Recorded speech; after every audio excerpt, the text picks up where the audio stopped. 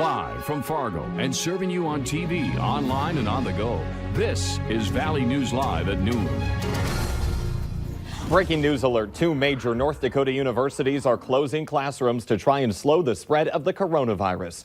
Just this morning, both UND and NDSU said students will not return to the classroom until April 6th, and that date could get pushed back. Both universities say it's up to each professor to use technology available to continue learning online. Students living on campus at both universities are encouraged to go home, but if they stay, both will have dining options available and students won't be kicked out of the dorms. Coronavirus is also stopping St. Patrick's Day celebrations in Fargo. The Downtown Community Partnership is canceling the St. Patrick's Day parade. The partnership said it's canceling the event over the risk of spreading the virus. Meanwhile, concerns over COVID-19 prompted North Dakota Governor Doug Burgum to address people today after the state had its first confirmed case of the virus. In the press conference, the governor said there have been a total of 27 tests for coronavirus in the state. The North Dakota Department of Health says it still has 14 pending tests. The governor said we can expect more canceled events in the coming days, and he also touched on the mental health concerns with this virus. And we also know that when people isolate, that can create risk relative to mental health issues. And so if you know someone that is home that's self-isolating, this is still a good time to reach out to them. And we got all the great tools. I mean, whether you want to, FaceTime or Skype or check in or give a phone call. In Minnesota, 5 people have the virus. The positive cases are around the Twin Cities. We'll have more on the impacts of COVID-19 in just a minute. But first, we do want to get a check of your weather. Taking that live look outside, blue skies, pretty sunny, but it wasn't always the case for some folks this morning. For what we can expect for the rest of our day, let's head on over to First Alert Storm Team meteorologist Justin Fanfarelli. And thank you, Jordan. Good afternoon, everybody, from our Fargo sky camera looking off to our west. And that's actually the area where they're seeing a lot of sunshine as we make our way through the afternoon.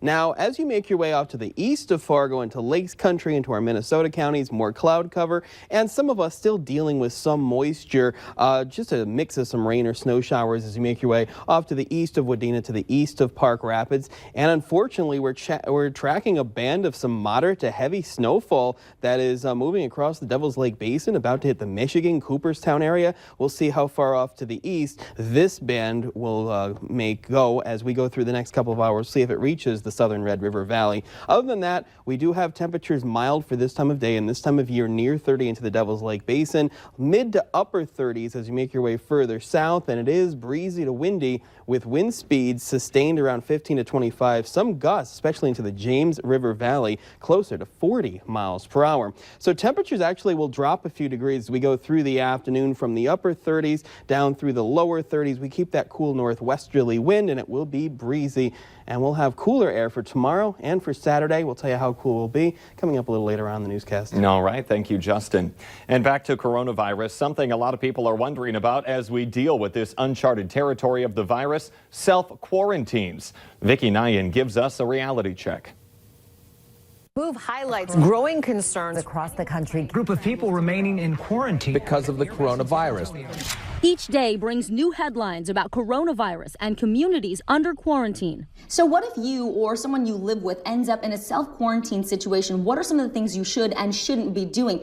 With me to help sort that all out is Dr. Eric Choi Pena, Director of Global Health for Northwell. Thank you so much for making time for us. My pleasure. So the minute you step foot in your home, what should you be doing? What should you be thinking about? So you want to start thinking about a plan. Identify a room as a home base for the person under quarantine. Doctor, once you've designated an area, is this the room you should be living in, sleeping in, eating in? Ideally, yes. This should be the room that you're doing all of your activities of daily living and spending the majority of your day. This should be your home base.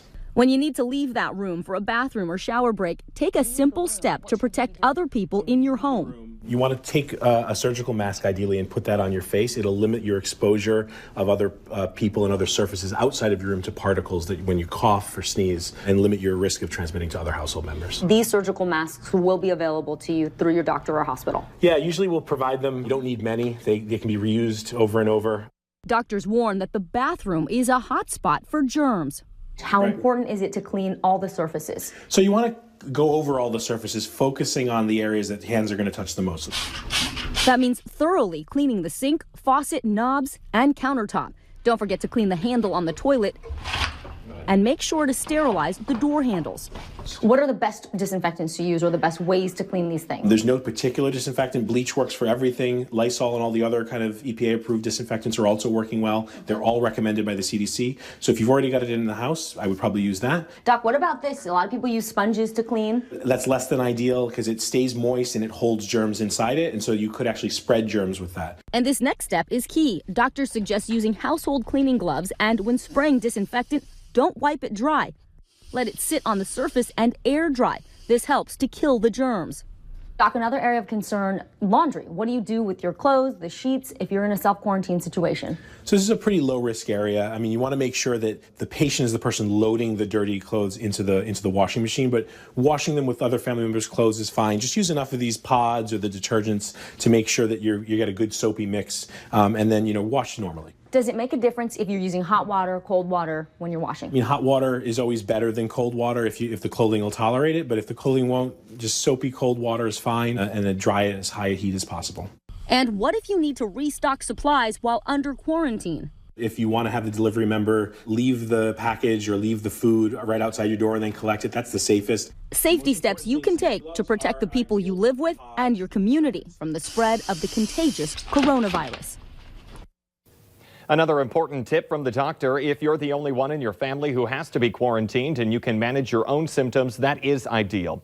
If you do need to be cared for, designate one caretaker and make sure that person limits contact with you and washes their hands often. The virus is hitting stocks again. U.S. markets hit critical circuit breaker levels this morning. The S&P 500 hit the New York Stock Exchange's 7% threshold decline, prompting the halt. Trading resumed about 15 minutes later. This is the second time this week trading has been halted as global markets plunged. And Carnival Cruise Lines is suspending operations of its Princess Cruises amid the coronavirus outbreak.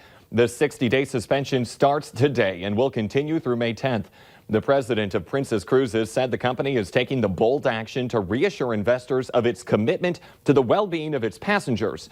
Princess Cruises has been hit particularly hard by the COVID-19 pandemic. One of its ships, the Diamond Princess, was the site of what might have been the first major COVID-19 cluster outside of China. Fargo police are looking for the people who broke into a business and took off with electronics this morning. It happened around 3:45 at the International Market on Main Avenue. Police say multiple people smashed a window into the building and then took off. A canine was brought in to try and track the scent, but it was unsuccessful. Damage estimates are not available at this time. If you know anything about this smash and grab, you should call police. One person is hurt after being shot by a man in Grand Forks, but police say it looks like an accident. They say someone was trying to take a weapon apart last night in a Southside home when the gun went off and hit a man who was in the house. That man is expected to be okay.